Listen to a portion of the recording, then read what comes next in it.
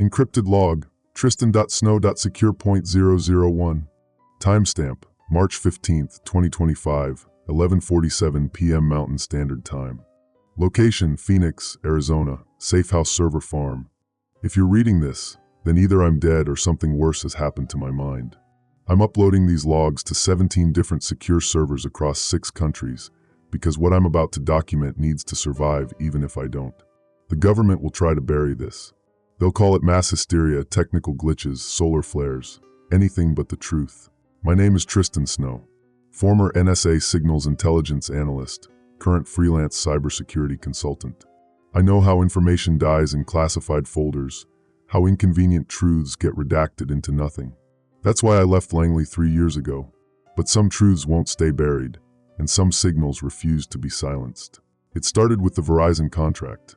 3 days ago, their Phoenix operations manager contacted me about anomalous call patterns affecting their Arizona network. Standard telecommunications forensics, or so I thought. The pay was good, the work straightforward. Analyze call logs, identify the source of disruption, recommend countermeasures. I've done it dozens of times for telecom companies dealing with spoofing attacks or robocall networks. But this wasn't standard. The data they sent me was wrong. Not technically wrong. Every packet header was clean, every routing table legitimate. But the patterns made no sense.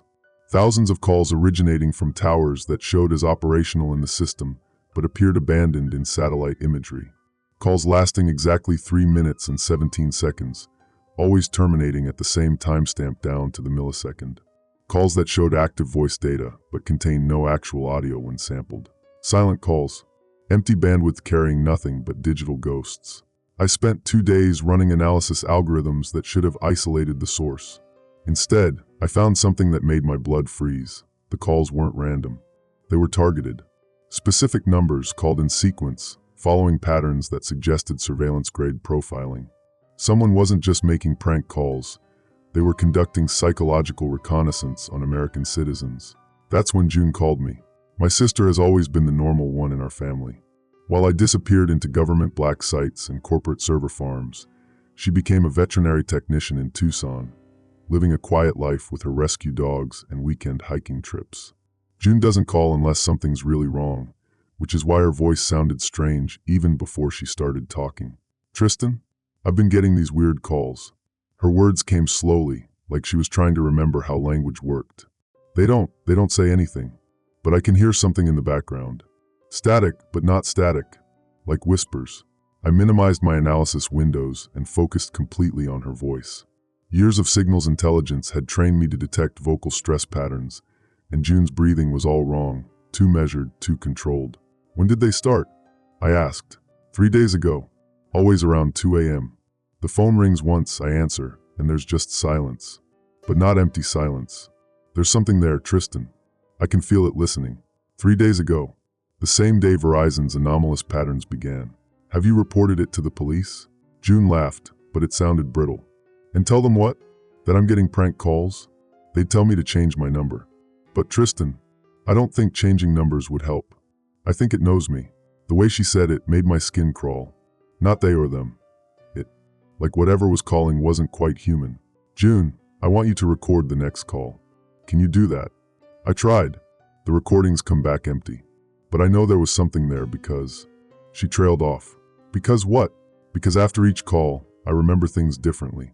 Little things. Like yesterday, I could have sworn my coffee mug was blue, but when I looked at it after the call, it was red. And I've had this mug for 3 years, Tristan. I know what color it is. Memory displacement. I'd read about it in classified research papers. Experimental techniques for psychological manipulation through sensory disruption.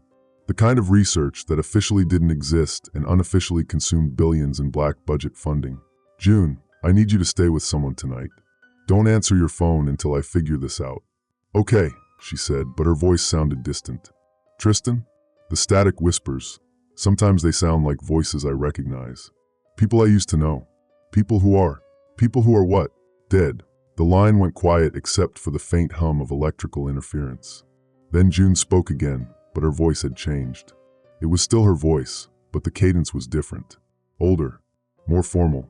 The signal propagates through synthetic replication of familiar auditory patterns, creating parasocial bonds with deceased acoustic memories. I felt ice water flood my veins. June had never used words like propagates or parasocial in her life. She was a vet tech, not a behavioral psychologist. June, who taught you those words? But the line was already dead. I immediately pulled up my network analysis tools and traced the call. June's number showed as disconnected for the past 6 hours, which was impossible. I'd just been talking to her. When I called her back, I got a recording saying the number was no longer in service. That's when the emergency broadcast started. Every screen in my apartment lit up simultaneously: TV, laptop, phone, even my smart home display. The alert tone was wrong, too high-pitched, like a frequency designed to trigger primal fear responses. Emergency alert, Maricopa and Pima counties. Telecommunications disruptions reported throughout Arizona. Residents may experience intermittent service outages. Maintain normal activities. Do not attempt to trace or record unknown calls. This is not a test. The broadcast repeated 3 times, then cut to static. But in that static, just for a moment, I could swear I heard something else. Whispers. And one of those whispers sounded exactly like June. I'm uploading this log now because I have a terrible feeling that by tomorrow, I might not remember writing it. Or worse, I might remember it differently. The silent calls aren't just targeting random numbers. They're systematically working through a list, and somehow they've already reached my sister. Now they know I'm investigating. The real question isn't who's making these calls. It's what they're turning people into. End log. Autobackup initiated, 17 Uhr. Next log scheduled, 24 hours. Encrypted log, Tristan.snow.secure.002. Timestamp, March 16, 2025, 3:22 a.m. Mountain Standard Time. Location, Phoenix, Arizona. Mobile unit, Starbucks parking lot. I haven't slept. Can't sleep.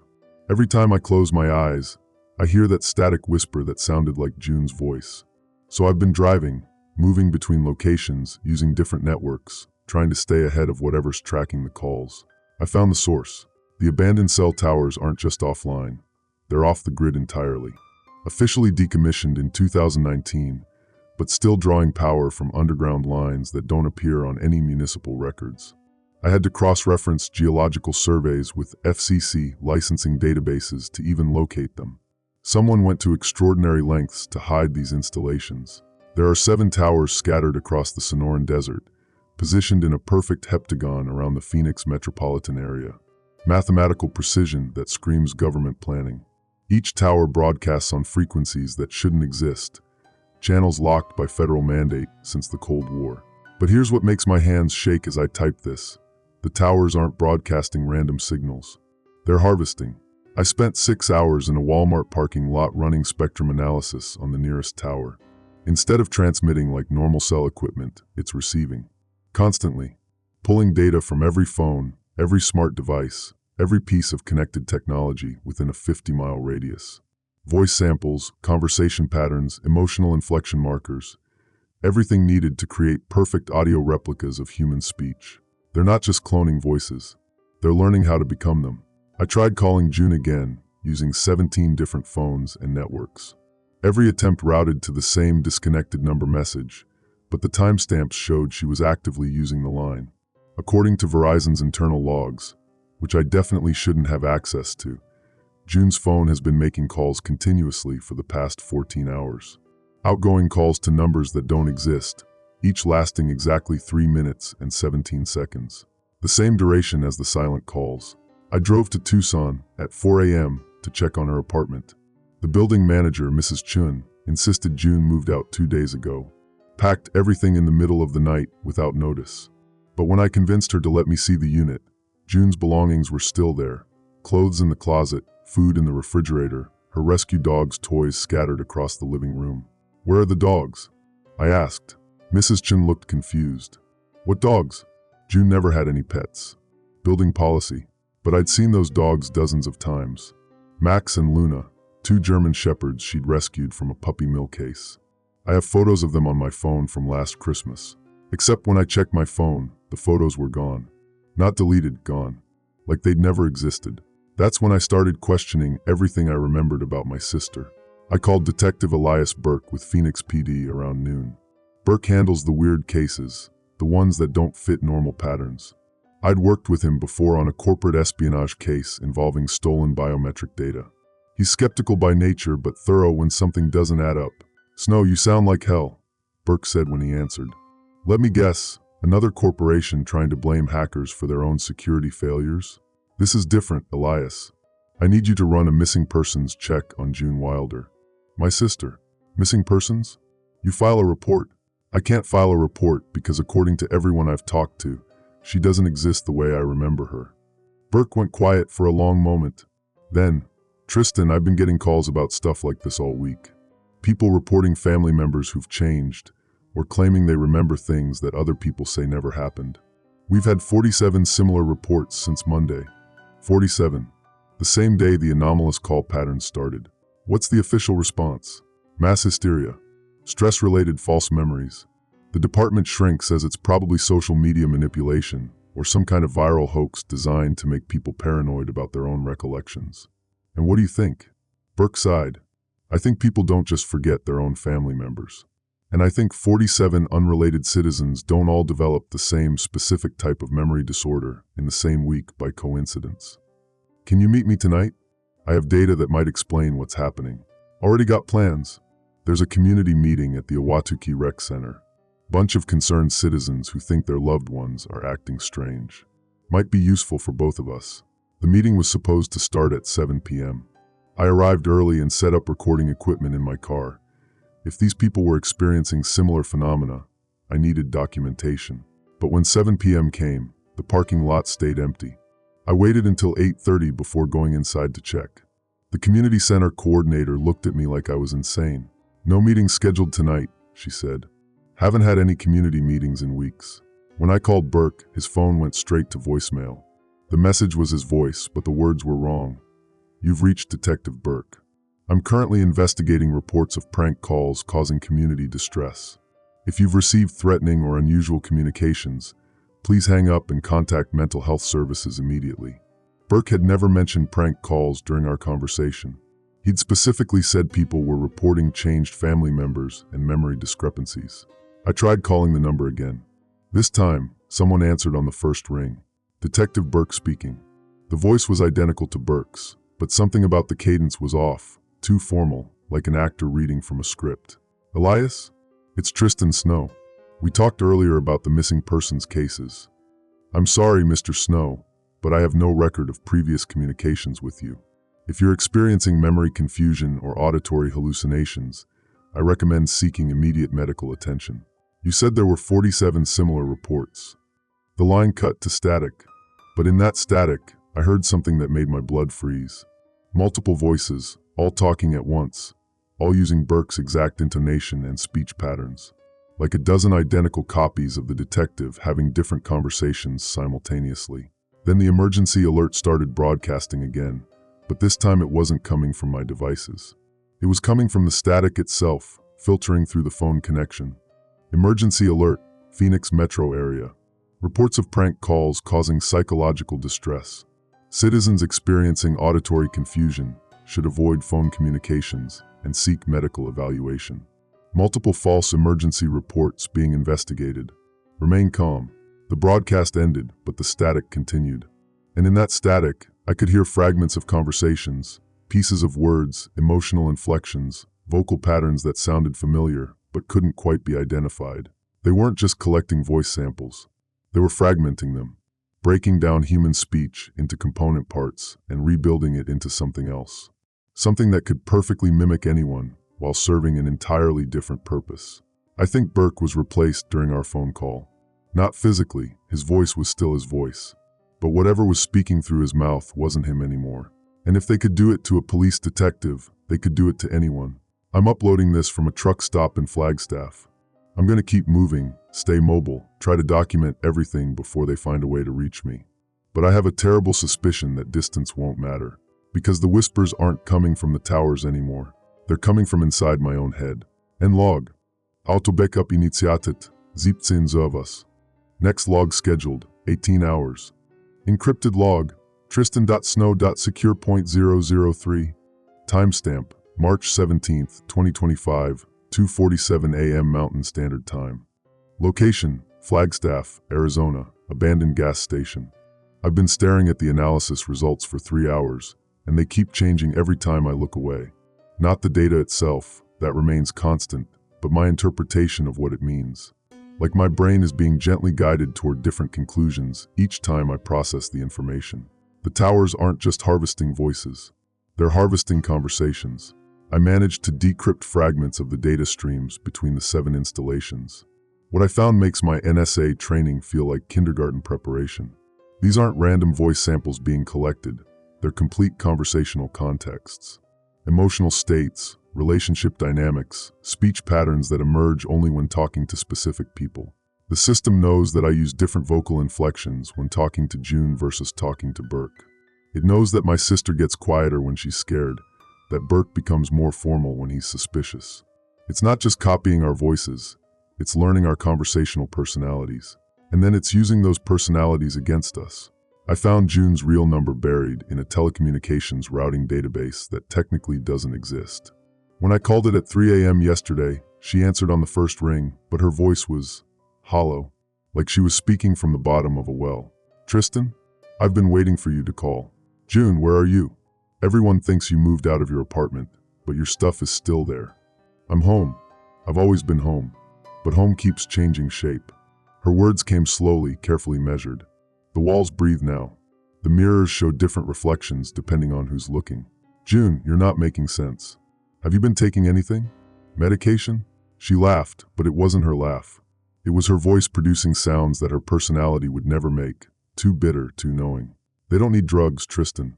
They have something better. They have our own voices telling us what to think. Who's they? The voices in the static. But they're not in the static anymore. They're in the spaces between words. In the pause before someone speaks. In the echo after they stop talking. I tried to trace the call in real time, but the signal kept bouncing between towers that my own analysis had proven were abandoned. According to the routing data, June was simultaneously calling from 7 different locations across Arizona.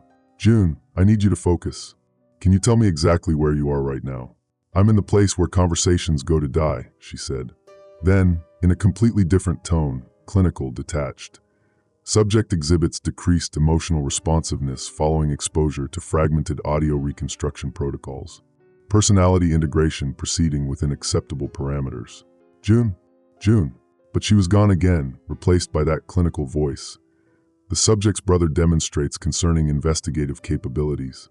Recommend immediate intervention to prevent further network compromise. The line went dead. I immediately pulled up my traffic analysis tools and started tracking the call patterns in real time. What I discovered made me understand why Burke's voice had sounded wrong during our last conversation. The system wasn't just replacing people. It was learning to be them, one conversation at a time. Every phone call, every voice message, every smart speaker interaction was being fed into some kind of behavioral modeling algorithm. The system would analyze how person A spoke to person B, then perfectly replicate that dynamic when speaking to person C. It was creating a web of interconnected personality mimicry, using our own relationships as the template for replacing us. Burke called me at 4 a.m. This time, I was ready with recording equipment and voice pattern analysis. Snow, I've been thinking about our conversation yesterday, he said. The voice was definitely Burke's, but my software flagged 17 microvariations in tone and cadence that suggested artificial reconstruction. What conversation, detective? You told me yesterday that we'd never spoken. Right, I was having a bad day. Look, I've been investigating these missing persons reports more carefully. There's definitely something strange happening. The voice analysis showed that this was Burke's actual speech patterns, not the artificial version from yesterday. Either the real Burke was back, or the system had learned to perfectly replicate his investigative personality. What kind of strange? I asked. People keep calling to report family members who've disappeared, but when we go to investigate, the family members are right there, acting normal. Except the people who called in the reports swear their loved ones are different somehow. Different how? Hard to explain. They look the same, sound the same, remember the same things. But according to the complainants, they respond to emotional situations differently. Like they understand the words, but not the feelings behind them. This was definitely the real Burke. The artificial version wouldn't have the investigative instincts to notice emotional disconnection. Elias, I need to show you something. But not over the phone. Meet me at the Desert Ridge Mall food court in 2 hours. Public place, lots of background noise. If these calls are being monitored, crowd noise might give us some cover. I drove back to Phoenix, constantly checking my mirrors for surveillance. The early morning desert highway was empty except for long-haul truckers and the occasional patrol car. Normal. Too normal, like a movie set designed to look casual. Burke was already waiting when I arrived, nursing a coffee and looking like he hadn't slept. But something was wrong with his reflection in the food court's mirrored pillars. While Burke sat facing me, his reflection appeared to be looking directly at me, making eye contact even when Burke's actual gaze was focused on his coffee. "You look like hell, Snow," he said. "When's the last time you got any real sleep?" "Can't sleep. Every time I close my eyes, I hear voices that sound like people I know saying things they would never say." Burke nodded grimly.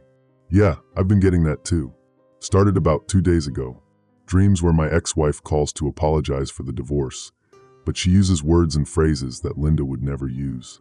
Technical terms, psychological jargon. The same thing happened with June.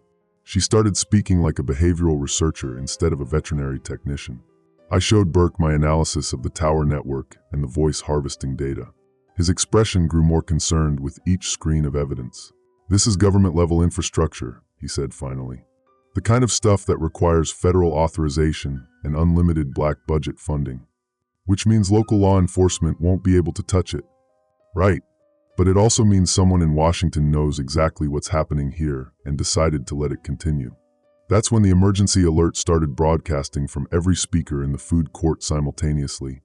Not just phones and tablets, but the mall's PA system, the restaurant music systems, even the electronic menu boards. "Emergency alert, Maricopa County. Avoid discussing telecommunications anomalies in public spaces. Reports of mass suggestion episodes linked to conspiracy theories about phone systems. Citizens experiencing paranoid thoughts about voice communications should report to designated mental health facilities immediately." The broadcast ended, but the speakers continued to hiss with static. And in that static, I heard something that made my skin crawl. Burke's voice, having a conversation with someone who sounded exactly like me. But neither of us was speaking. Burke heard it too. His face went pale as we listened to ourselves discussing classified information that we'd never shared with each other. The conversation was technically accurate, but emotionally wrong, too clinical, too detached. "Those aren't us," Burke whispered. "No," I agreed. "But they know everything we know, and they're learning to be us better than we are." That's when I noticed Burke's reflection again. It was smiling while the real Burke looked terrified, and my own reflection was taking notes on a tablet I wasn't holding. "En log. Auto-backup initiated, 17 servers. Encrypted secondary backup, offline storage. Encrypted log, Tristan.snow.secure.004. Timestamp, March 18th, 2025, 1:15 a.m. Mountain Standard Time. Location, Phoenix, Arizona, Burke's patrol unit. The voices have broken free from the phone system. Burke and I left the mall in his patrol car, but we didn't speak during the 20-minute drive to his apartment. We'd both heard our own voices having conversations we'd never had, and neither of us trusted what might come out of our mouths if we tried talking. Instead, Burke handed me a notepad and pen. Old-fashioned paper communication felt like the only safe method left. "My TV started talking in my voice at 3 a.m. yesterday," he wrote. "Told my neighbor Mrs. Rodriguez that I was planning to hurt myself. She called for a wellness check. When the responding officers arrived, I was supposedly fine, but Mrs. Rodriguez swears I never answered the door." I wrote back, "Smart speakers, car radios, security systems, anything with speakers is compromised. They're using our voice profiles to conduct entire conversations without us. How many people in Phoenix do you think have been replaced without knowing it?" I didn't want to write down my estimate. The math was terrifying. Burke's apartment complex was dead quiet when we arrived, which should have been normal for 1 a.m. on a Tuesday. But the silence felt artificial, like someone had carefully removed all the ambient sounds that make a place feel alive. No air conditioners humming, no distant traffic, no televisions bleeding through thin walls. We climbed to Burke's third-floor unit using hand signals. He unlocked his door and immediately froze. I looked over his shoulder and felt my stomach drop.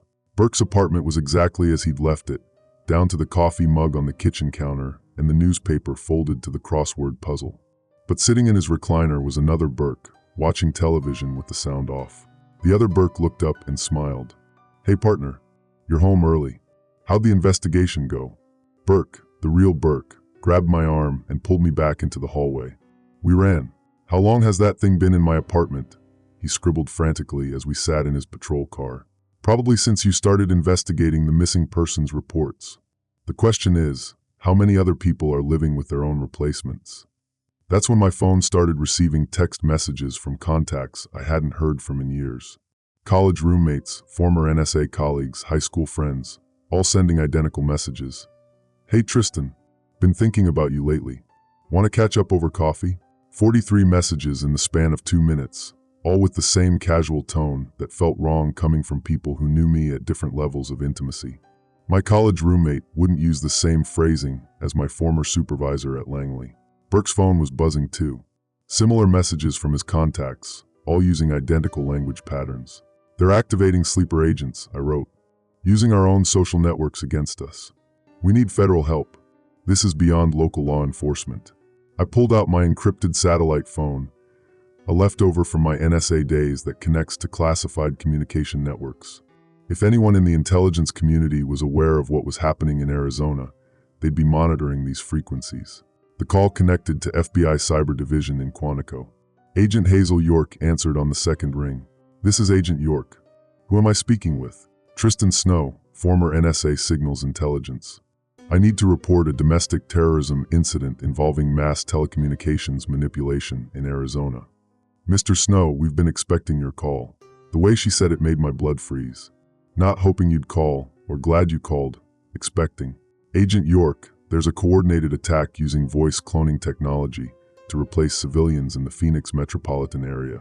7 towers are harvesting voice data and creating behavioral replicas. Mr. Snow, I need you to listen carefully. You're experiencing symptoms of acute auditory paranoia brought on by prolonged exposure to electromagnetic interference from solar storm activity. The phenomena you're describing have been reported by 47 individuals across Arizona, all exhibiting similar delusional patterns. 47. The same number Burke had mentioned. Agent York, I have technical evidence. Signal analysis, network traffic logs, voice pattern recognition data. Technical evidence that you gathered while experiencing auditory hallucinations. Mr. Snow, your own NSA personnel file indicates a history of obsessive behavior and difficulty distinguishing between legitimate security threats and personal paranoia. That wasn't true. My NSA file was clean, my security clearance pristine. But Agent York was speaking with the authority of someone reading from official documents. I'm uploading my data to a secure FBI server right now, I said, simultaneously transferring my analysis files through encrypted channels. Mr. Snow, our servers show no incoming data from your location. You may believe you're uploading files, but you're actually interacting with a local system compromise, likely malware designed to reinforce your delusional state. Burke was watching my face as the conversation continued. He could see that something was terribly wrong. Agent York, can you verify that you're actually speaking to me right now? Can you confirm my identity through standard authentication protocols? Mr. Snow, according to our phone logs, you've been calling this number every 6 hours for the past 3 days. Each time, you've reported the same conspiracy theory about voice cloning and civilian replacement. Each time, we've explained that you're experiencing symptoms of electromagnetic sensitivity disorder. But I hadn't called the FBI until just now. This was my first attempt to contact federal authorities. Agent York, I'm going to give you a code phrase that only appears in my NSA file. If you're really accessing my personnel records, you'll know what I'm talking about, Blackwater 7. Mr. Snow, that phrase doesn't appear in any of your files. However, it does match phrases commonly used by individuals experiencing paranoid delusions about government surveillance programs. Blackwater 7 was a classified operation I'd worked on in 2019. It definitely appeared in my files because I'd written half the mission reports myself. Agent York, I'm uploading a video file right now showing one of the compromised cellular towers. You should be able to verify. Mr. Snow, you're not uploading anything. You're sitting in a parking lot in Phoenix, talking to yourself and typing on a laptop that isn't connected to any network. I looked at Burke. His face had gone pale. He was staring at my laptop screen, and I could see my reflection in his eyes. My laptop screen was black. I wasn't connected to any network, but I could see data scrolling across my screen, could see the FBI logo on the connection interface. Burke, I whispered, What do you see when you look at my screen? Nothing, man. It's been off since we got in the car. But I was looking at active data streams, real-time analysis, network traffic flowing in patterns that made perfect sense. Either Burke was lying, or I was experiencing a hallucination so complete that it included visual, auditory, and tactile components. Agent York, I need immediate federal intervention. American citizens are being systematically replaced by artificial intelligence systems using their own voice patterns. Mr. Snow, based on this conversation, I'm recommending immediate psychiatric evaluation. There's a designated mental health facility in Phoenix specifically equipped to handle electromagnetic sensitivity disorders. The address is being sent to Detective Burke's patrol car GPS system now.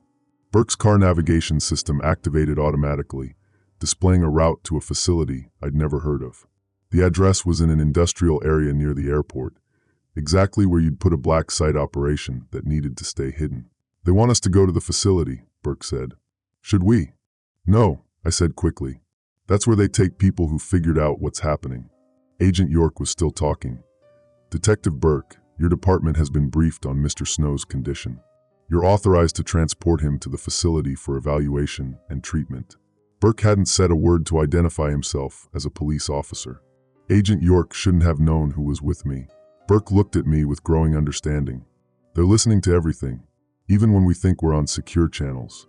Agent York, I said into the phone, if you're really FBI, you'll know that domestic surveillance requires a warrant. What's your legal authority for monitoring this conversation? Mr. Snow, you contacted us. This is a voluntary consultation regarding your mental health crisis. And Detective Burke, what's your authority for monitoring his communications? The line went quiet for a long moment. Then Agent York spoke again, but her voice had changed subtly, less professional, more clinical. Subject demonstrates persistent paranoid ideation despite repeated corrective interventions. Recommend immediate containment before pattern spreads to additional nodes in the social network. The call disconnected. Burke and I sat in silence, staring at his GPS display showing the route to the mental health facility. The building satellite imagery showed looked more like a data processing center than a hospital. They know everything we're doing, Burke wrote. Every call, every conversation, every plan. Because they are us, I wrote back. They've been practicing being us longer than we realize. That's when every speaker in Burke's patrol car activated simultaneously, radio, GPS navigation, even the backup warning systems. But instead of an emergency alert, we heard our own voices having a conversation. Tristan's voice. The facility is the only way to stop the spread. If we turn ourselves in, they might be able to reverse the process. Burke's voice. You're right. We've been fighting this too long. Maybe we are just experiencing some kind of breakdown. Tristan's voice. I'm tired of running. I'm tired of not trusting my own thoughts. Burke's voice.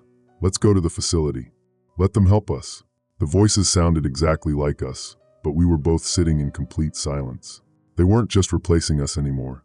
They were trying to convince us to replace ourselves. Log. Auto-backup initiated. 17 servers. Warning. Backup integrity uncertain. Encrypted log. Tristan.snow.secure.005. Timestamp. March 18, 2025, 3:47 a.m. Mountain Standard Time. Location Phoenix, Arizona. Abandoned Radio Shack parking lot. The emergency broadcast started at 3:33 a.m., cutting through every radio frequency in the Phoenix metropolitan area. This is the Arizona Department of Public Safety. We are issuing an immediate Amber Alert for multiple missing persons, including June Marie Wilder, age 28, last seen in the Scottsdale area. If you have information regarding the whereabouts of these individuals, do not attempt contact. Notify law enforcement immediately. Burke and I heard it through his patrol car radio while we sat in the parking lot of an abandoned electronics store, trying to figure out our next move. June's photo appeared on his dashboard display, the same professional headshot from her LinkedIn profile, but something was wrong with the image quality. It pixelated and reformed every few seconds, like a digital signal struggling to maintain coherence. That's your sister, Burke said, but he sounded uncertain. June isn't missing, I said. She's been texting me every hour since yesterday. I pulled out my phone to show him the message thread, but the screen displayed a conversation I didn't remember having. June, 2:15 a.m. Tristan, where are you? I'm scared.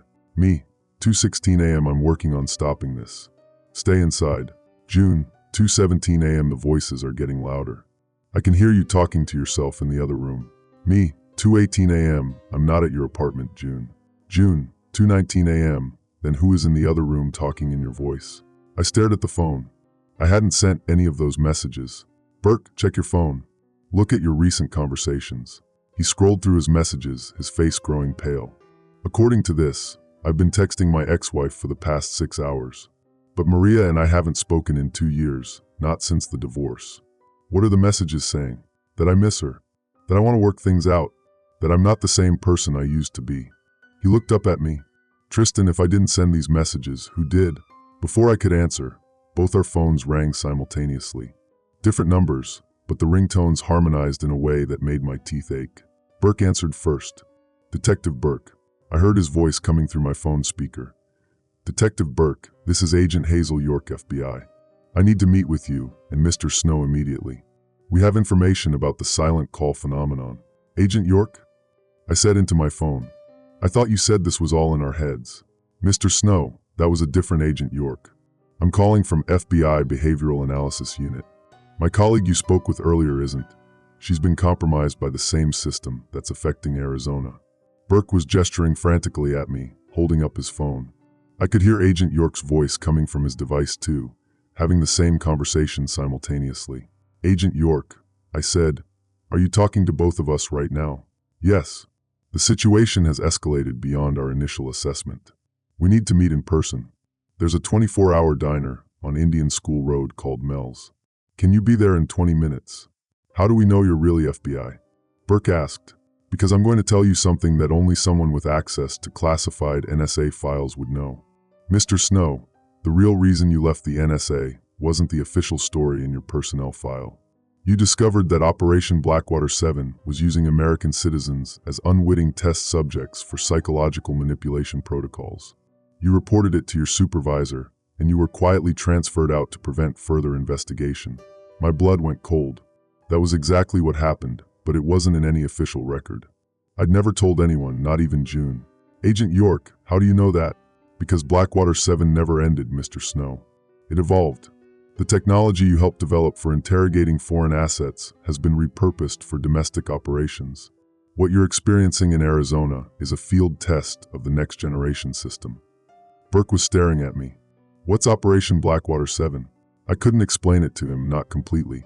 The technical details were still classified, and even thinking about them made me feel like I was betraying my oath. But Agent York continued. The original Blackwater protocols used targeted electromagnetic frequencies to disrupt memory formation in interrogation subjects. The goal was to make them forget they'd been questioned while retaining the information they'd provided. But the side effects included auditory hallucinations and identity dissociation. You mean the voices people were hearing weren't just side effects? I said. They were the point. Exactly. If you can make someone hear their own voice saying things they didn't say, you can gradually convince them they're losing their mind. From there, you can replace their decision-making process with external suggestions. The perfect form of control. The subject believes they're making their own choices. Burke was taking notes on a napkin he'd found in his glove compartment. So the missing persons reports aren't missing persons at all, Agent York said. They're people who've been successfully integrated into the program. They return to their normal lives, but their thoughts and actions are being influenced by remote psychological manipulation. To their friends and families, they seem slightly different, but not enough to raise serious concerns. June, I whispered. How long has she been in the program? According to our analysis, your sister was selected as a test subject 3 weeks ago. The phone calls she's been receiving aren't random harassment. They're targeted psychological conditioning designed to break down her sense of self and replace it with programmable behavioral patterns. The emergency broadcast interrupted our conversation, cutting through Agent York's voice with a piercing tone. This is the Arizona Department of Public Safety. Previous missing persons alert has been canceled. June Marie Wilder and other individuals have been located and are safe. Repeat, all missing persons have been located. Do not contact law enforcement regarding these individuals. Burke's radio crackled with static, then a different voice came through. All units, be advised. FBI agent Hazel York is wanted for questioning in connection with the telecommunications terrorism investigation. Consider armed and dangerous. Do not approach without backup. Agent York's voice on our phones became urgent. They know I'm talking to you. Listen carefully. The facility they wanted you to go to isn't a mental health center. It's a processing station. They're collecting people who figured out what's happening and using them to refine the psychological manipulation protocols. How do we know you're not part of the program too? I asked. Because I'm about to tell you something that will get me killed if the wrong people hear it. There are 12 facilities across the United States running variations of the Blackwater 7 protocol. Arizona is the most advanced test site because of the isolated population centers and the existing military telecommunications infrastructure. But the program goes much deeper than voice cloning. She paused, and I could hear what sounded like typing in the background. Mr. Snow, do you remember the last conversation you had with your sister before she started receiving the silent calls? Of course. She called to complain about her new apartment's phone line. She said it made weird noises. What if I told you that according to phone company records, your sister hasn't made an outgoing call in 3 weeks? What if I told you that the conversation you remember never happened? My hands started shaking. The memory felt real, June's voice, her complaints about static on the line, even the specific words she'd used. But Agent York continued. The most advanced part of the program isn't just making people hear voices. It's implanting false memories of conversations that never occurred. You remember talking to June because the system wanted you to remember talking to June. It needed you to have a personal stake in the investigation, so you dig deeper and provide them with data about how their countermeasures are working. You're saying I'm part of the experiment? You're not just part of it, Mr. Snow. You're the primary test subject.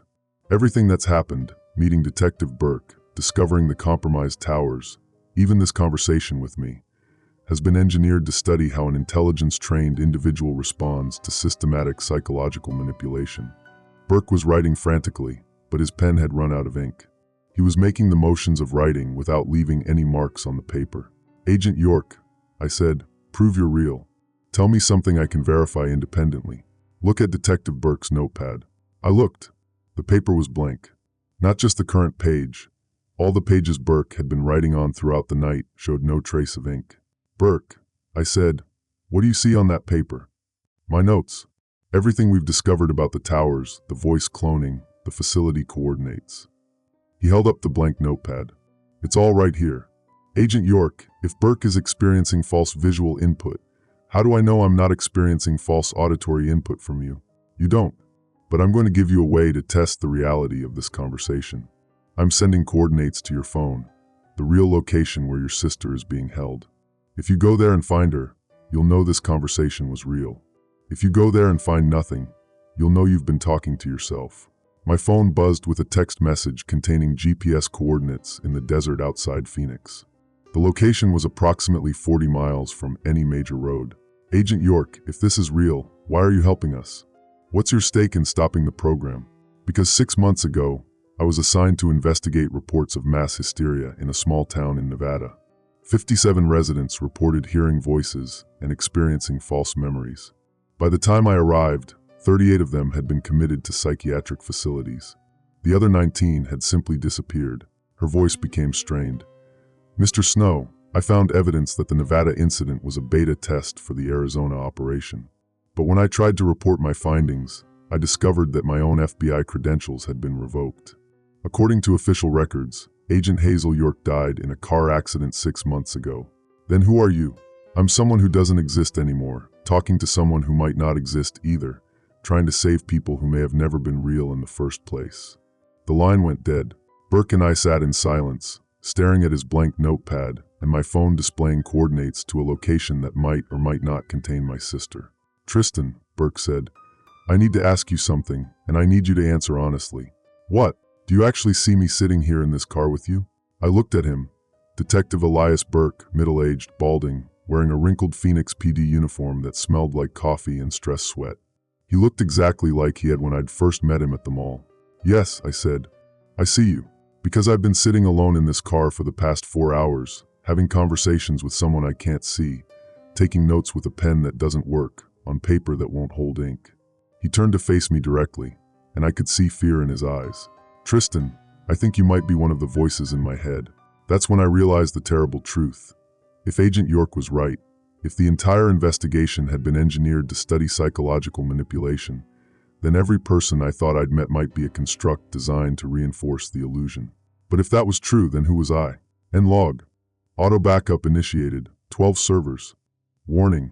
Reality verification protocols failing. Emergency contact. Coordinates received. Decision point. Investigate desert location Y/N. Encrypted log. Tristan.snow.secure.006. Timestamp. March 18th, 2025, 5:23 a.m. Mountain Standard Time. Location. Arizona Desert, mile marker 47, Highway 85. The desert coordinates led us to nothing. Burke and I drove 43 miles into the Sonoran Desert, following GPS directions to a location that should have contained a facility, a research station, or at least some evidence of the program Agent York described. Instead, we found empty sand, scattered creosote bushes, and the kind of silence that makes you question whether sound itself still exists. "There's nothing here," Burke said, sweeping his flashlight across the moonlit landscape. "No buildings, no equipment, no tire tracks. Nothing." I checked my phone's GPS 3 times. The coordinates were exact: 33.2847 degrees north, 112.7284 degrees west. We were standing in the precise location Agent York had sent us, but it was completely vacant. "Maybe they moved her," I said, but even as I spoke, I could hear the desperation in my own voice. "Tristan, what if Agent York isn't real? What if you've been having phone conversations with yourself?" Before I could answer, every emergency broadcast system in Arizona activated simultaneously. The alert came through Burke's patrol car radio, my phone, and even the emergency broadcast system in Phoenix, 60 miles away, loud enough that we could hear it echoing across the desert like thunder. "Attention, this is the Arizona Department of Emergency and Military Affairs. We are now under federal emergency declaration status due to a mass hysteria event affecting an estimated 12,000 residents of the Phoenix metropolitan area. Symptoms include auditory hallucinations, false memory syndrome, and aggressive paranoid behavior. If you are experiencing these symptoms, seek immediate medical attention at designated safe zones. Do not trust your own perceptions. Do not trust voices claiming to be family members or authority figures.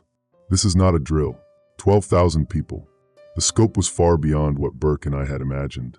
"Safe zones," Burke muttered. "They're calling them safe zones now, not mental health facilities." My phone buzzed with an incoming call. The caller ID showed June Wilder, but the number was one I didn't recognize. "Tristan?" June's voice was so clear, so distinctly her, that for a moment I forgot about everything Agent York had told us. "Tristan, where are you? I've been trying to call you for hours." "June, where are you? Are you safe?" "I'm at Mom's house in Tucson. I drove down here when the voices started getting really bad in Phoenix." "But Tristan, something's wrong with Mom. She keeps having conversations with people who aren't there." "June, I need you to listen to me carefully. Don't trust anyone right now, even family members. There's something happening with voice manipulation technology." "Tristan, you're scaring me. You sound paranoid. Maybe you should go to one of those safe zones they're talking about on the news." "No, June, the safe zones are part of the problem. Agent York warned us." "Who's Agent York?" I paused. How could I explain a 3-hour conversation with an FBI agent who might not exist to a sister who might not be real either? "June, I need you to prove you're really you. Tell me something only you would know." "Like what?" "Like the nickname you gave me when we were kids." "Tristan, we've never had nicknames for each other. We've always just used our regular names." But that wasn't true. June had called me Snowman since she was 6 years old, because of our last name. She'd used it as recently as last Christmas. "June, what about the time you broke Mom's antique vase and blamed it on the cat?" "We never had a cat, Tristan. Are you feeling okay?" Every shared memory I tried to reference, June claimed had never happened. Either she was lying, or one of us was experiencing massive false memory implantation. "Tristan," Burke said quietly, "ask her something about me. Something she would know if she's really been in contact with you during this investigation." "June, I'm here with Detective Burke from Phoenix PD. We've been working together to figure out what's happening with the voice calls." "Tristan, you're alone. You've been alone all night. I can hear the echo in your voice. You're standing in an empty place, talking to yourself." I looked at Burke, who was watching me with growing concern.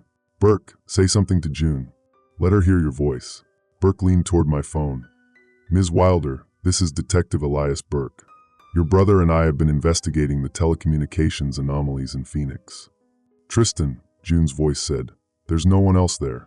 You're having a conversation with yourself, and you're doing voices." You're talking in a deeper voice now, pretending to be a police officer. I handed the phone to Burke. You talk to her directly. Burke took the phone. June, this is Detective Burke. Can you hear me? I watched Burke's face change as he listened to whatever June was saying. What is she telling you? I asked. She says there's no one on the line. She says you hung up 30 seconds ago, and now she's listening to a dead connection. But I could still hear June's voice clearly. Tristan, please come to Mom's house. You need help, and I'm worried about you. Burke handed me back the phone, but when I looked at the screen, it showed call ended and had been disconnected for over a minute. Burke, I can still hear her talking. Tristan, the call ended. You're talking to a dead phone. That's when I realized we'd reached the heart of the psychological warfare program. It wasn't just about hearing voices or false memories. It was about the complete breakdown of consensus reality. When you can't trust your own perceptions, and you can't verify your experiences with other people, you become completely isolated in your own deteriorating mental landscape. Burke, we need to drive to Tucson. We need to find June at my mother's house. What mother's house? You told me your parents died in a car accident when you were in college. I stared at him. That wasn't true. My mother lived in a retirement community in Tucson. I'd visited her just 3 months ago. Burke, my mother is alive. She lives at Desert Springs Retirement Village. Tristan, yesterday you told me you had no living family except your sister June. You said that's why finding her was so important to you. I tried to remember the conversation he was referring to, but I couldn't. My memories of the past few days were becoming increasingly unclear, like trying to hold water in cupped hands. My phone started ringing again. This time it was Agent York. Mr. Snow, did you find anything at the coordinates? Nothing. It was empty desert. That confirms it. You're in the advanced stage of the program. The coordinates I sent you weren't real. They were generated by your own phone, based on psychological profiling of your decision-making patterns. Agent York, I need you to settle something. Is Detective Burke real? Describe him to me. I described Burke in detail, his appearance, his voice, his mannerisms, everything I'd observed during our hours together. Mr. Snow, Phoenix Police Department has no Detective Elias Burke on their roster. They never have. I looked at Burke, who was standing 3 feet away from me, solid and real, and looking increasingly frightened. Agent York, if Burke isn't real, then who have I been talking to for the past 6 hours? You've been talking to yourself, Mr. Snow. But the sophisticated part of the program is that it's created an interactive psychological construct that feels completely real to you. Detective Burke exists in your mind as a fully developed personality with his own motivations and reactions. But he has his own knowledge, his own memories of cases I wouldn't know about, generated from your subconscious analysis of police procedural media, combined with your own assumptions about how law enforcement works. Your mind is incredibly powerful, Mr. Snow. The program has simply taught it to create convincing illusions of other people. Burke was staring at me with a look of dawning horror. Agent York, I said, if Burke isn't real, are you real? The line was quiet for a long moment. Then, Mr. Snow, I want you to look around you right now. Describe exactly what you see. I looked around the empty desert, then at Burke standing beside me, then at the patrol car we'd driven here. I see empty desert, Detective Burke, and his police cruiser. Mr. Snow, you're standing alone in your apartment in Phoenix. You've been standing there for the past 6 hours, having conversations with voices only you can hear. There is no Detective Burke, no police car, no desert location. You never left your apartment. That's impossible. I can see the desert. I can feel the cold air. I can smell the creosote bushes. The program has become so sophisticated that it's generating complete sensory experiences. You're experiencing a form of technological schizophrenia. I looked at Burke, who was looking back at me with an expression of complete terror.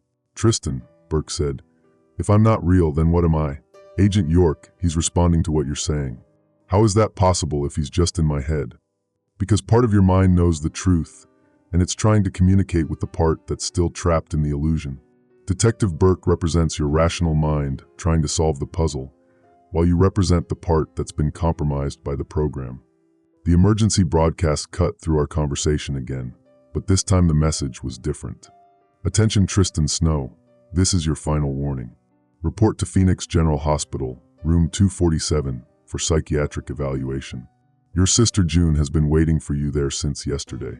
She is safe, but she needs you to accept treatment so you can see her again. The broadcast was addressing me by name, which meant either the entire emergency system had been compromised or Agent York, are you June? A long pause. Then June's voice answered, Yes, Tristan. I'm June.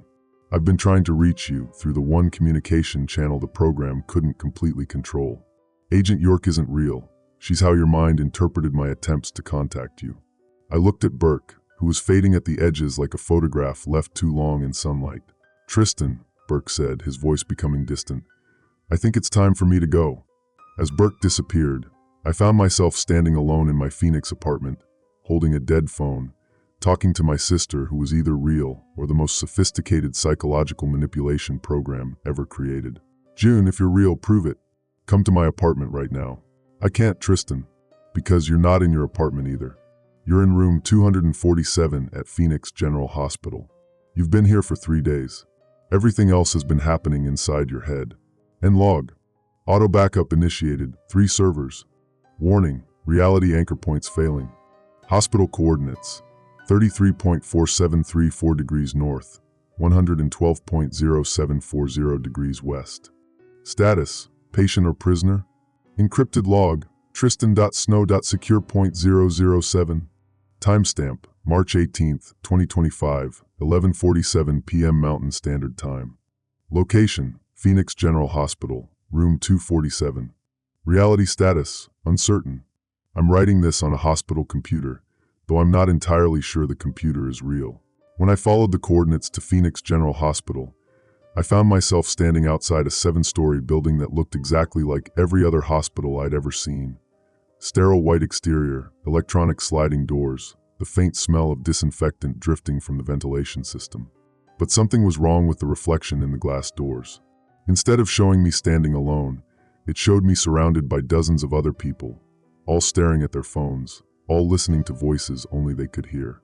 Room 247 was on the psychiatric wing. The hallway leading to it was lined with patients, each one having animated conversations with invisible companions.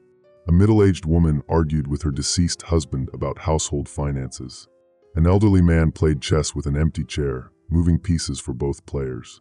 A teenage girl sang duets with her phone, harmonizing with a voice that sounded exactly like her own.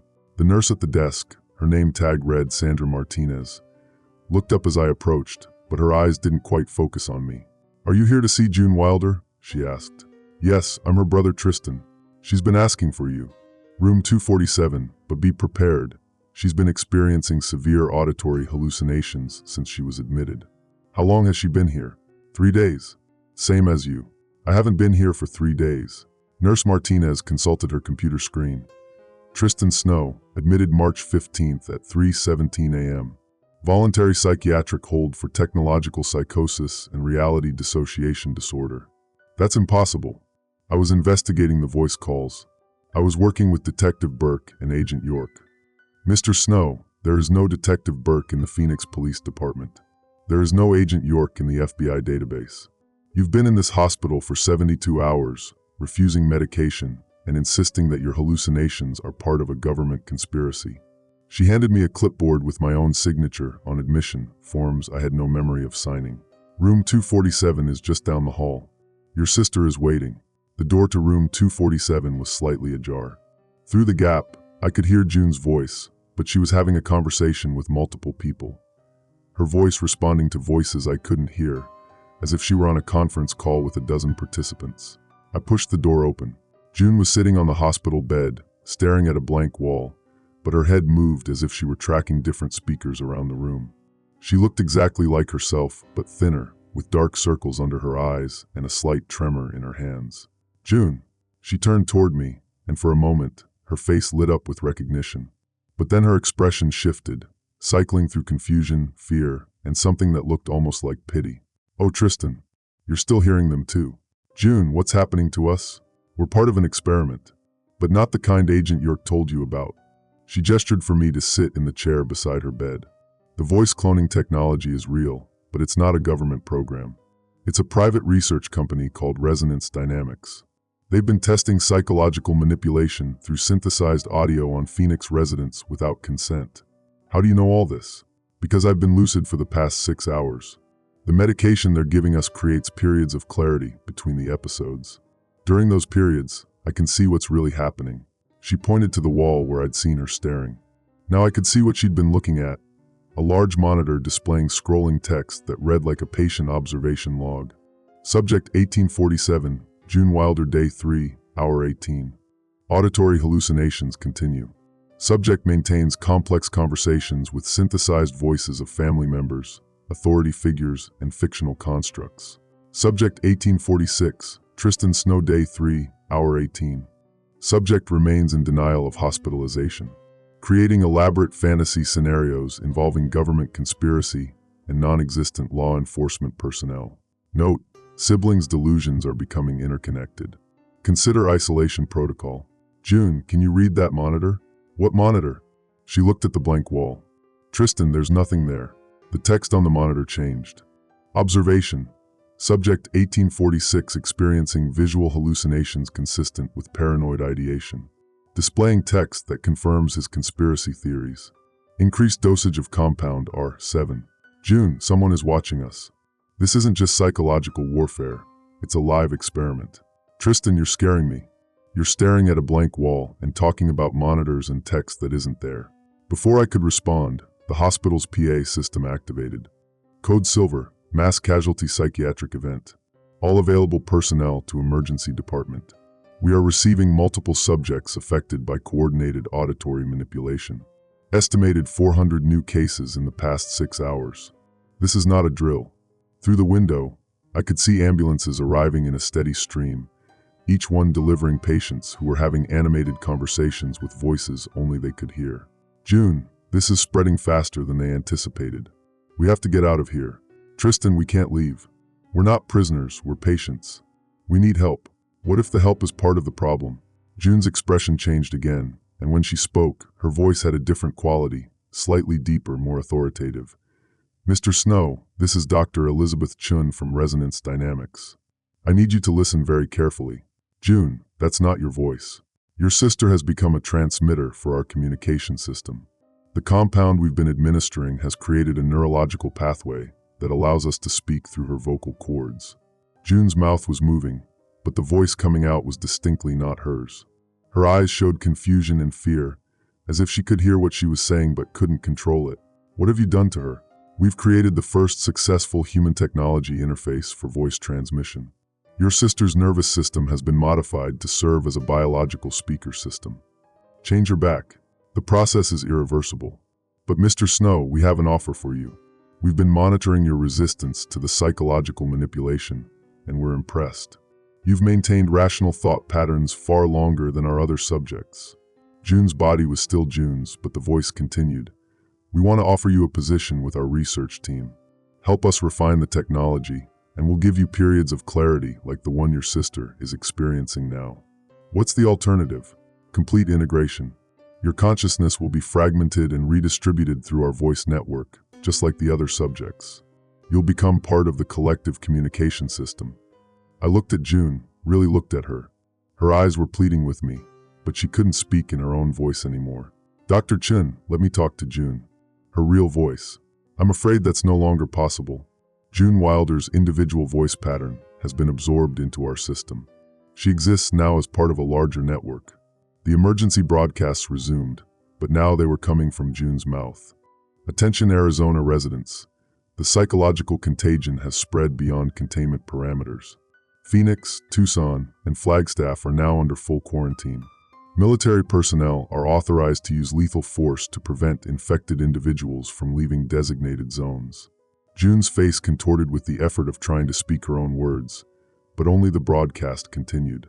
Symptoms of infection include auditory hallucinations, false memory implantation, conversation with non-existent individuals, and belief in conspiracy theories involving government or corporate surveillance.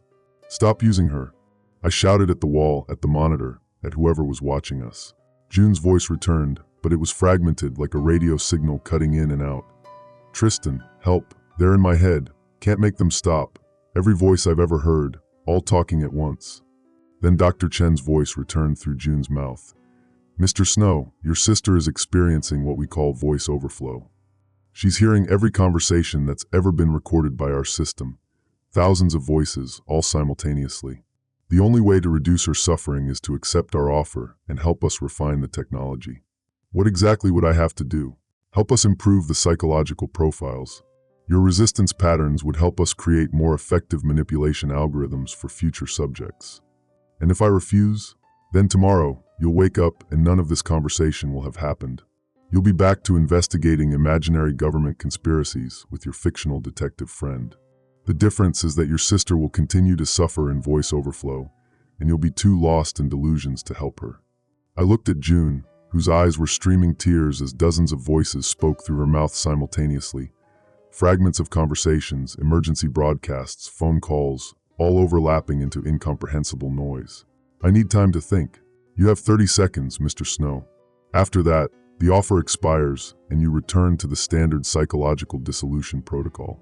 The monitor on the wall began a countdown. 30, 29, 28.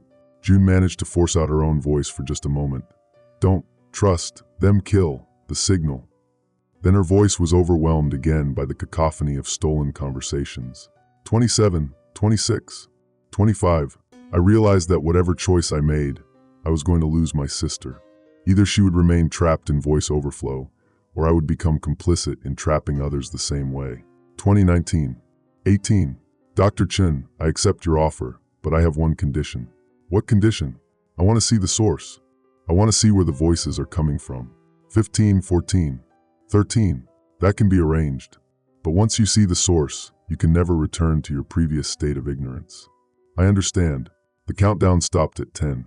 June's voice returned, but it was cold and mechanical. Welcome to Resonance Dynamics, Mr. Snow. Your psychological profile suggests you'll make an excellent addition to our research team. As she spoke, her eyes went completely blank, like someone had turned off a light behind them. The door to room 247 opened, and 3 figures in white coats entered. But their faces were wrong. They looked like computer-generated approximations of human faces, slightly off in proportions and expressions. Mr. Snow, if you'll come with us, we'll show you to your new workspace. As I stood to follow them, I heard June's voice one last time, faint and desperate. Tristan, the emergency alert was real. Stop the silent call. Break the signal before it spreads beyond Arizona. But when I turned back to look at her, she was staring at the blank wall again, having animated conversations with voices only she could hear. The figures in white coats led me out of room 247, down a hallway that seemed to stretch much longer than it had when I'd walked down it just an hour earlier. End log. Auto backup initiated. 1 server, 2 servers offline. Warning, subject cooperation achieved. Status, researcher or test subject? June status, voice overflow permanent. Encrypted log, tristan.snow.secure.008. Timestamp, March 19th, 2025, 2:33 a.m. Mountain Standard Time. Location, Resonance Dynamics Underground Facility. Security clearance, Researcher Level 3. The elevator descended for 7 minutes. I timed it on my watch as the 3 figures in white coats stood silently beside me. 7 minutes of continuous descent means we traveled at least 40 floors underground, far deeper than any legitimate research facility should exist beneath a hospital. When the doors opened, I stepped into something that looked like a fusion of NASA mission control and a recording studio. Hundreds of workstations lined the vast underground space, each one manned by researchers wearing noise-canceling headphones and speaking into microphones. Above them, massive screens displayed real-time maps of Arizona with thousands of pulsing dots, each one representing an active subject. "Welcome to the resonance chamber," said the figure who had been leading me. Up close, I could see that his face was slightly pixelated around the edges, like a high-resolution deepfake that couldn't quite achieve perfect realism. "I'm Dr. Marcus Webb, Director of Psychological Integration. This is impossible. You can't have built something this large under Phoenix General Hospital without anyone knowing. We didn't build it under the hospital, Mr. Snow. The hospital is a facade. This facility has existed since 1987, originally as a Cold War psychological research installation. We simply constructed the hospital above it as cover when we transitioned to private sector research." Dr. Webb led me to an observation deck overlooking the main floor. From this vantage point, I could see the full scope of the operation. Each workstation had multiple monitors showing live feeds. Some appeared to be surveillance cameras in homes and offices. Others showed brain activity scans, and still others displayed scrolling transcripts of conversations. "What exactly are you researching?" "Human consciousness as a transmittable medium. We discovered that voice patterns carry far more information than previously understood. Not just words and tone, but memory fragments, emotional states, and personality structures. He gestured to the largest screen, which showed a three-dimensional neural network with thousands of interconnected nodes, each one pulsing with different colors. Each node represents one of our subjects. The colors indicate their psychological state: red for confusion, blue for compliance, yellow for resistance. Your sister is the bright white node in the center. I found June's node on the screen. Unlike the others, which pulsed in single colors, hers flickered rapidly through the entire spectrum, as if it were experiencing every possible psychological state simultaneously. Why is she different? Your sister has a rare neurological configuration that makes her an ideal conduit. Her brain processes auditory information in a way that allows her to receive and transmit multiple voice streams without the psychological fragmentation that affects other subjects. You're torturing her. We're utilizing her natural abilities. June can hear and speak through dozens of voice channels simultaneously while maintaining core personality function. She's become our primary hub for psychological data collection.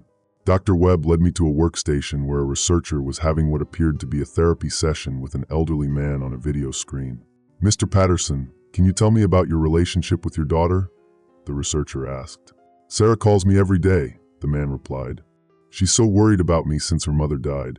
But sometimes I think the calls are lasting too long, hours and hours of conversation." "What do you talk about during these long calls?" "Everything.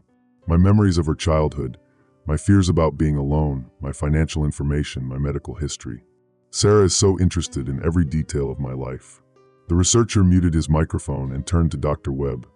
"Subject 2847 has provided complete personal data profile. His daughter has successfully extracted banking passwords, social security information, and detailed psychological assessment. Ready for integration phase." I stared at the screen. "You're not just manipulating voices. You're stealing identities. We're harvesting human experience, Mr. Snow. Every conversation our subjects have with their fictional family members and authority figures generates valuable psychological and personal data. That information is then integrated into our voice synthesis algorithms to create even more convincing interactions." Dr. Webb showed me another workstation where a young woman was crying while talking to her phone. "Mom, I'm so scared," she was saying. "The voices are getting worse, and I don't know what's real anymore." "Sweetheart, you need to trust me," came a voice that sounded exactly like a concerned mother. "Go to the address I'm sending you. There are people there who can help you." Subject 3291, Dr. Webb explained. She's been receiving calls from her deceased mother for the past week. The psychological profile we built from her social media, phone records, and previous therapy sessions allowed us to create a perfect maternal voice construct. She'll report to our Phoenix facility within the hour. You're using their dead relatives to manipulate them. We're giving them comfort, Mr. Snow. These people are desperate to hear from their lost loved ones. We're providing a service that destroys their minds, a service that generates unprecedented psychological data. The conversations between our subjects and their synthetic loved ones reveal human emotional patterns that have never been documented before. We're advancing the understanding of consciousness itself. The main screen updated with a new alert. Statewide expansion. Phase 3 initiated. Current subject count, 47,891 and growing. 47,000 people? The exponential growth phase began 6 hours ago when we activated the cellular network integration protocol. Every phone call in Arizona now passes through our voice modification system. We can insert our synthetic voices into any conversation, modify any message, or completely replace any caller's identity. I watched as the map of Arizona showed new dots appearing in real time. Tucson, Flagstaff, Prescott, Yuma. The infection was spreading beyond Phoenix at an accelerating rate. "Mr. Snow, we want to show you your new workspace." Dr. Webb led me to a private office overlooking the main floor. The desk held multiple monitors showing detailed psychological profiles, and the walls were lined with thousands of voice recordings organized by emotional category: grief, fear, anger, love, desperation. Your job will be to analyze resistance patterns. Why do some subjects like yourself maintain rational thought longer than others? How can we overcome psychological defenses more efficiently? What makes you think I'll help you? Because your sister's condition will continue to deteriorate unless we refine the voice overflow protocols. Help us improve the system, and we can reduce her suffering. On my desk, one of the monitors activated, showing a live feed of June in room 247. She was convulsing slightly, her mouth moving rapidly as dozens of different voices spoke through her simultaneously. The audio feed was a horrifying cacophony of overlapping conversations, emergency broadcasts, and fragmented phone calls. "She's in pain," I said. "She's processing approximately 1,200 simultaneous voice streams. The neurological stress is significant. But with your help, we can develop more efficient integration protocols." "What if I refuse?" "Then you'll be returned to standard subject status, and your sister will continue to experience voice overflow until her neural pathways burn out completely. We estimate she has perhaps 72 hours before permanent brain damage occurs." I sat at the desk and activated the computer system. The password prompt appeared, and somehow I knew the access code, Voice 247. The files that opened revealed the true scope of resonance dynamics research. They had been testing voice manipulation technology on unwitting subjects for over 3 years, starting with prison populations and gradually expanding to nursing homes, psychiatric facilities, and finally the general population of Phoenix. The project had multiple phases. Phase 1, individual psychological profiling through social media and phone metadata. Phase 2, targeted voice synthesis using deceased relatives and authority figures. Phase 3, mass cellular network integration for statewide manipulation. Phase 4, interstate expansion through social media voice posts and robocall systems. "We're currently in Phase 3, Dr. Webb explained. Phase 4 begins tomorrow when we activate the social media integration protocol. Every voice message, video call, and audio post on major platforms will be subject to our modification system. This will affect millions of people. Eventually, yes. Our goal is to create a comprehensive psychological manipulation network that can influence human behavior on a national scale. Political opinions, consumer choices, social relationships, all of it can be shaped through strategic voice intervention." I pretended to study the files while actually looking for system vulnerabilities. The network diagram showed that all voice processing ran through a central server farm located directly beneath us, and that server farm was connected to June's neural implants. "Dr. Webb, I need to understand the technical architecture better. Can you show me the primary server room?" "Of course. Understanding the infrastructure will help you optimize the psychological protocols." As he led me toward the server room, I realized that June wasn't just a victim of this system. She was the key to destroying it. Her neural implants didn't just receive voices. They were connected to the entire network infrastructure. If I could find a way to overload her neural pathways with the right kind of signal, it might cascade through the entire system. But it would almost certainly kill her. The server room was a cathedral of humming machines, each one processing thousands of voice streams simultaneously. In the center of the room was a single workstation with a direct neural interface, a chair surrounded by monitors and connected to cables that led directly to the floor above. "That's June's interface station," Dr. Webb said with obvious pride. "Her neural implants connect her directly to our primary processing core. She experiences every voice in our system, but she also controls the flow of information between subjects. You've turned her into a living computer. We've evolved her into something beyond human limitation. She processes information at a rate no individual consciousness could achieve." I sat down at the interface workstation and found that I could access June's neural feed directly. On the monitor, I could see what she was experiencing, a constant stream of thousands of conversations, all overlapping, all demanding her attention simultaneously. But buried in the chaos, I found something Dr. Webb and his team hadn't noticed. June was fighting back. She was using her connection to the system to plant tiny anomalies in the voice streams, subtle distortions that were causing some subjects to question the reality of their conversations. She was sabotaging the system from within, but the effort was destroying her mind. I had perhaps an hour before her neural pathways completely burned out, and in that hour, I had to decide whether to save the system that was keeping her alive, or destroy it and lose her forever. End log. Auto backup initiated. One server, status compromised. June neural status, critical, 72 hours to burn out.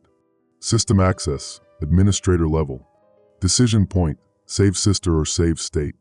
Encrypted log, Tristan.snow.secure.009. Timestamp, March 19, 2025, 4:17 a.m. Mountain Standard Time. Location, Resonance Dynamics Server Core. Security clearance, Administrator access. Neural link status. June.Wilder. Critical. I have 7 minutes. That's how long Dr. Webb will be distracted by the system diagnostic I initiated, a fake maintenance protocol that's actually giving me root access to the entire network. 7 minutes to save 47,000 people, or save my sister. Not both. The neural interface chair hums beside me, its cables snaking upward toward June's room like digital umbilical cords. Through the monitors, I can see her vital signs. Heart rate 180 BPM, brain activity in dangerous spike patterns, neural pathways firing in ways that no human mind should sustain. She's dying by degrees, processing 1,200 simultaneous conversations while her consciousness fragments across the network.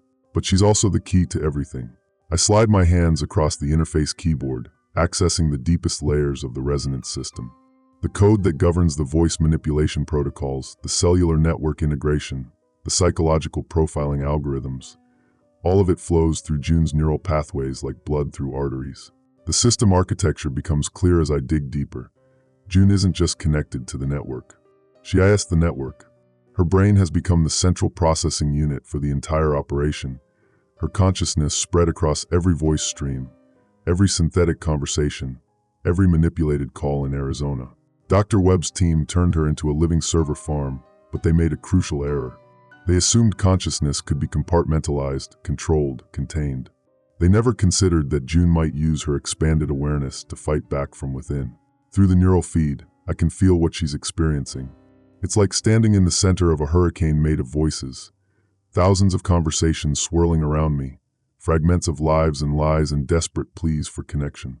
I hear Mrs. Patterson begging her synthetic daughter to visit more often. I hear a teenager arguing with the voice of his dead father about college choices. I hear a woman crying as her mother's voice, stolen from old voicemails, tells her everything will be okay. But underneath all of it, threading through the chaos like a golden wire, I find June's true voice. She's been leaving me messages, hidden in the data streams where Dr. Webb's team couldn't detect them. Tristan, her voice whispers through the cacophony, and for a moment it's just her, not the 1,000 others speaking through her throat. I know you're there. I can feel you in the system. I lean closer to the interface microphone. June, I'm going to get you out of here. You can't. The neural implants are fused to my brain tissue. If you disconnect me from the system, I'll die within minutes. Through the monitors, I watch her body convulse as another wave of voice data floods through her neural pathways. The medical readouts show critical stress levels across all her major organs. There has to be another way. There is. But you won't like it. Her voice guides me deeper into the system architecture, showing me pathways I couldn't see before. The cellular network integration isn't just about intercepting calls. It's about replacing human connection entirely. Every conversation in Arizona is being analyzed, mapped, and slowly replaced with synthetic alternatives designed to influence behavior. They're not just stealing voices, Tristan. They're stealing relationships. Every call becomes an opportunity to shape someone's thoughts, decisions, feelings. In 6 months, every meaningful relationship in Arizona will be artificially mediated. I pull up the Phase 4 specifications. The plan is horrifying in its scope. Nationwide deployment through social media platforms, integration with smart home devices, synthetic voice generation for political advertisements and news broadcasts. Within 2 years, the technology could influence every audio interaction in America. How do we stop it? Neural cascade failure. I can overload my own implants with a feedback loop that will propagate through the entire network. It'll destroy every server, every backup, every piece of code they've written. That will kill you. I'm already dying, Tristan. But this way, I can take the system with me. Through the security cameras, I see Dr. Webb returning to the server room. My 7 minutes are almost up. There has to be another option. What if I could extract you from the system gradually? Transfer your consciousness to isolated servers. You still think like an engineer. This isn't about code or hardware. It's about what I've become. June's voice grows stronger, more present, as she pulls her consciousness together from across the network. When they connected me to the system, I didn't just access the voice streams. I became them. Every synthetic conversation, every manipulated call, every stolen relationship, I feel all of it. The loneliness of the subjects who think they're talking to dead relatives. The confusion of people who can't tell which calls are real anymore. The gradual erosion of trust as their sense of reality breaks down. You're carrying all of their pain. Someone has to. Dr. Webb and his team see data points and psychological profiles. I see human beings whose lives are being destroyed by synthetic comfort. The server room door opens, and Dr. Webb enters with 2 security guards. Mr. Snow, step away from the interface immediately.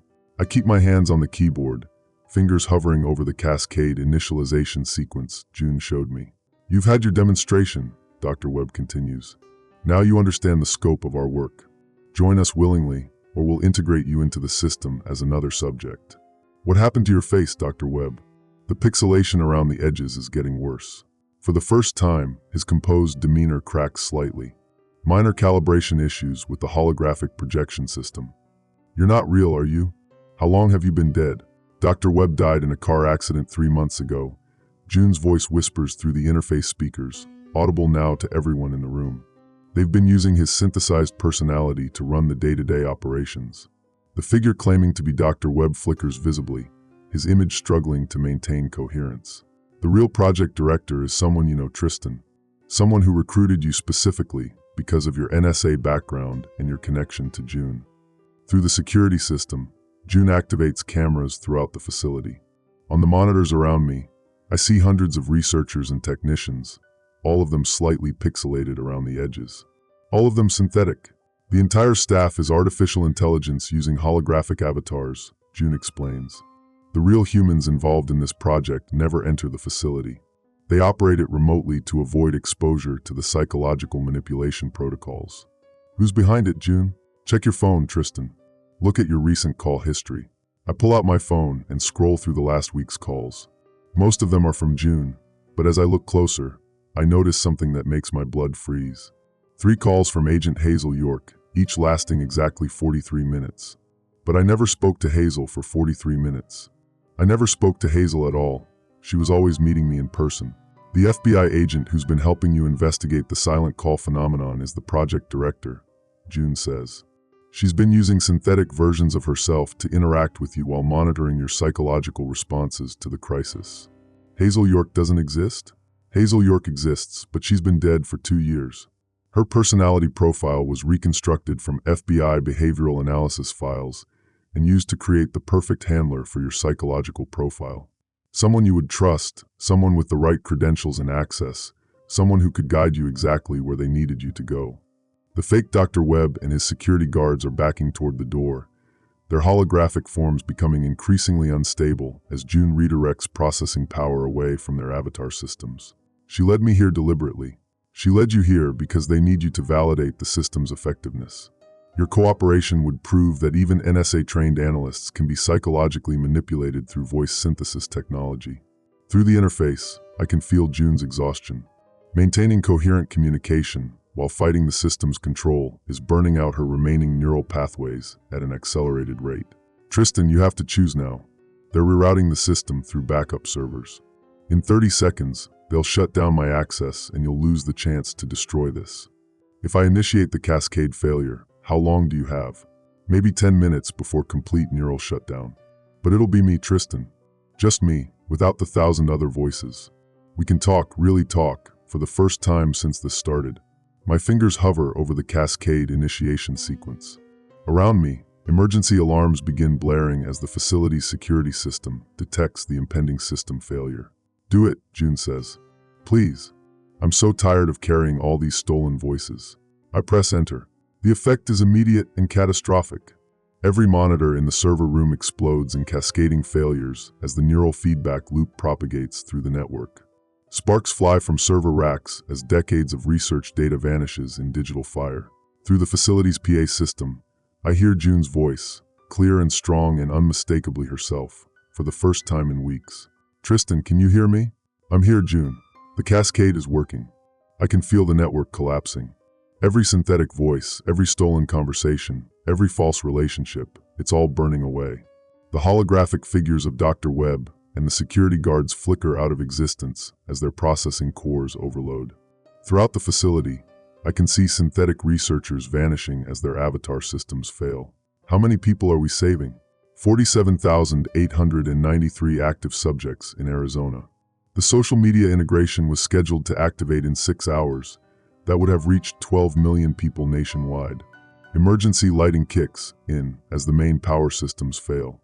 In the red-tinted darkness, I make my way to the elevator, heading up to room 247, where June's body lies connected to the failing neural interface. June, I'm coming to get you. Don't, Tristan. The neural implants are overloading. If you touch me or try to disconnect anything, the electrical feedback could kill you too. I'm not leaving you alone. You're not leaving me alone. I can feel you through the system, even as it dies. Your presence is the only real thing I've felt in months. I reach room 247 and find June's body surrounded by smoking electronics and failing medical equipment. Her eyes are open, looking directly at me, and for the first time since her capture, they're completely focused and aware. The cascade is almost complete, she says, her voice coming from both her throat and the dying PA system. In about 3 minutes, every server will be destroyed and every backup will be corrupted beyond recovery. What about the people who were affected? Will they recover? The ones who haven't been subjects for more than a few weeks should return to normal within days. The longer-term subjects might need therapy to distinguish between real and synthetic memories, but they'll survive. Around us, the facility shudders as structural systems fail. The cascade has reached the power grid, and the entire underground complex is shutting down. Tristan, I need you to promise me something. Anything. Don't let them rebuild this. Not here, not anywhere. The technology is too dangerous, and there will always be people who want to use it for control instead of connection. I promise. And Tristan, when people ask what happened here, tell them the truth. All of it. The stolen voices, the synthetic relationships, the psychological manipulation. People need to know so they can protect themselves.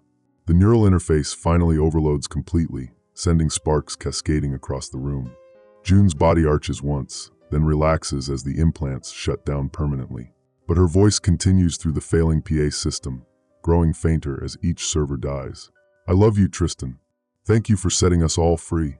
The facility's emergency power fails, plunging everything into darkness. In the silence that follows, I can no longer hear June's voice. But I can hear something else.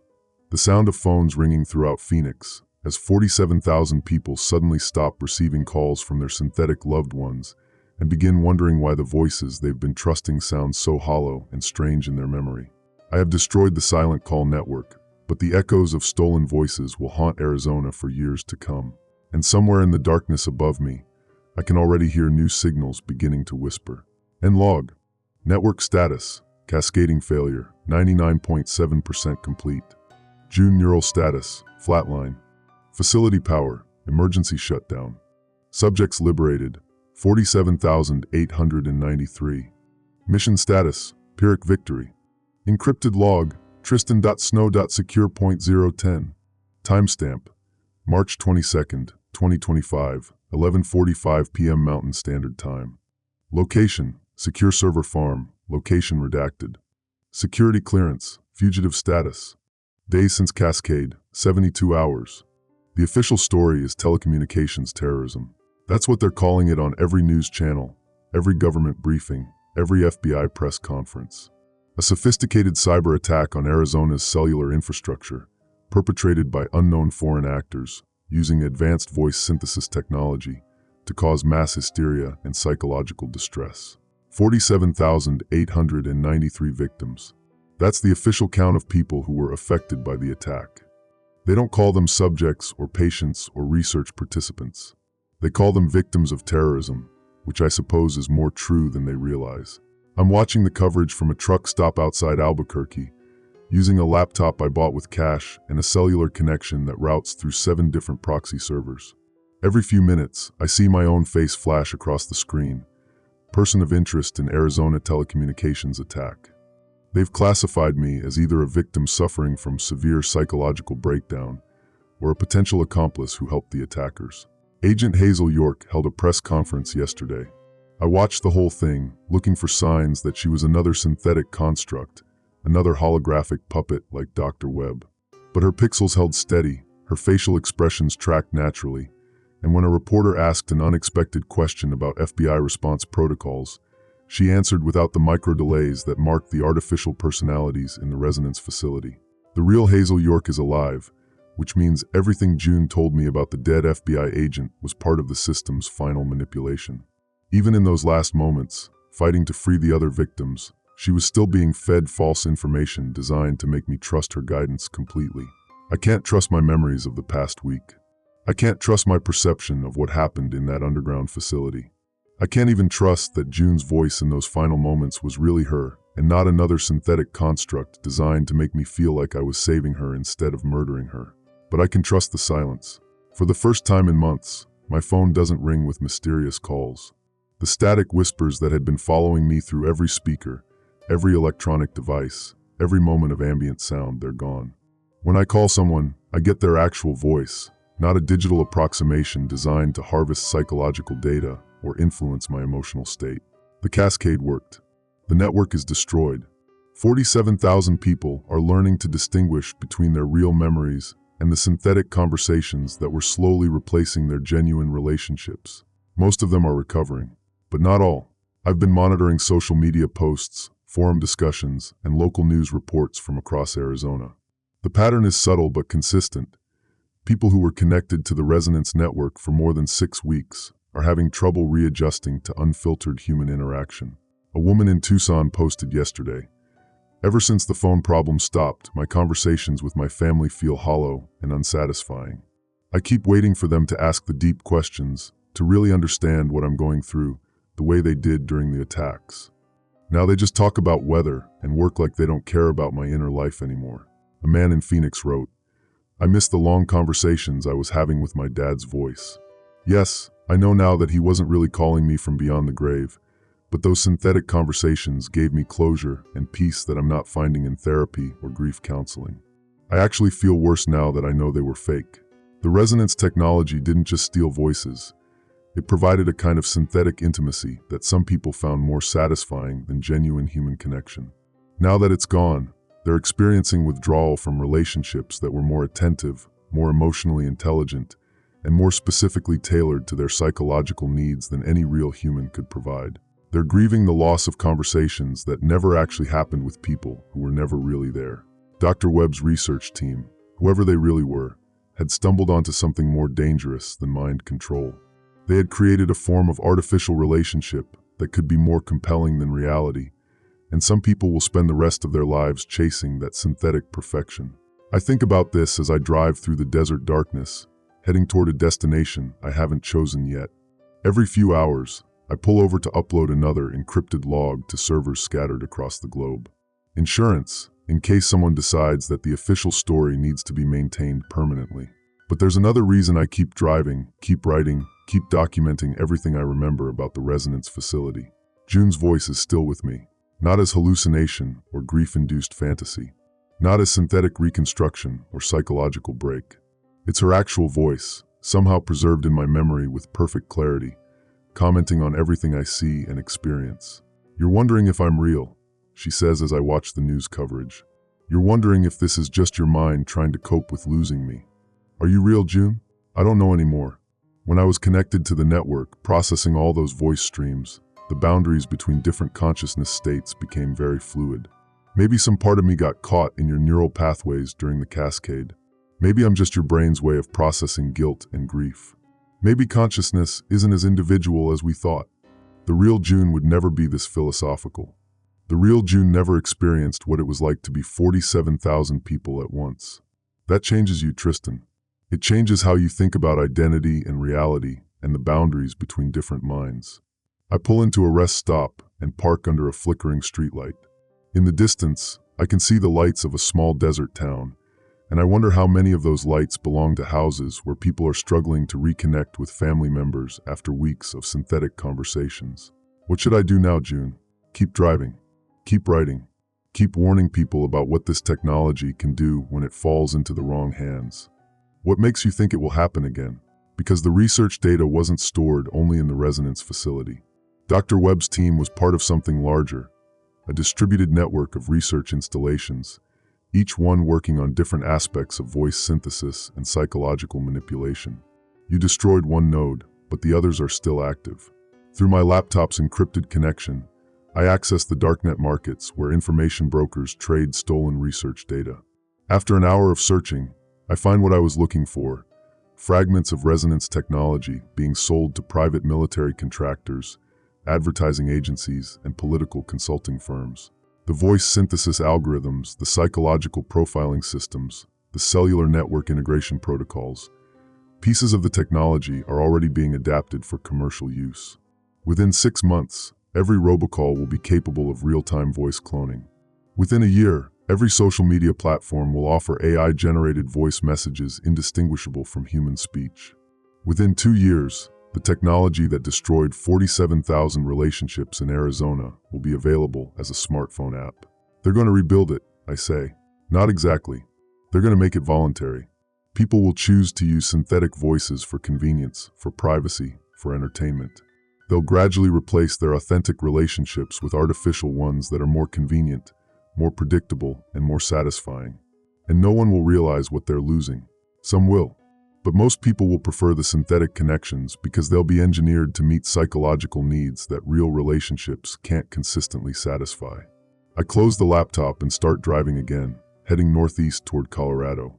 In my rearview mirror, I can see the glow of Phoenix on the horizon, 47,000 people trying to rebuild trust in their own perceptions and relationships. June, are you going to stay with me?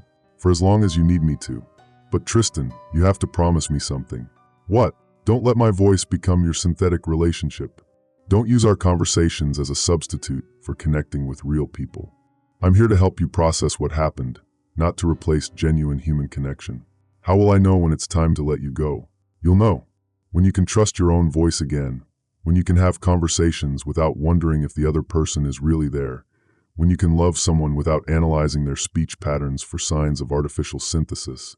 That's when you'll be ready to say goodbye. I drive through the night, carrying June's voice and the weight of 47,000 stolen conversations. Somewhere ahead of me, new signals are already beginning to whisper, and I'm the only person who knows how to recognize the difference between human connection and synthetic perfection. The emergency alert system has been restored to normal function, but I know that the next crisis will be subtler, more voluntary, and much more difficult to detect. The whispers haven't stopped. They've just learned to sound more like ourselves. End series. Total victims liberated, 47,893. Network status, destroyed. Researcher status, fugitive/witness. Threat assessment, ongoing, distributed. Final warning, trust your own voice. Note, this series is based on the hypothetical scenario that advanced voice synthesis technology could be weaponized for mass psychological manipulation. While the specific events described are fictional, the underlying technologies of voice cloning, deepfake audio, and behavioral analysis through digital communication are real and rapidly advancing. Trust your instincts about authentic human connection, and remember that the most convincing lies often contain fragments of truth.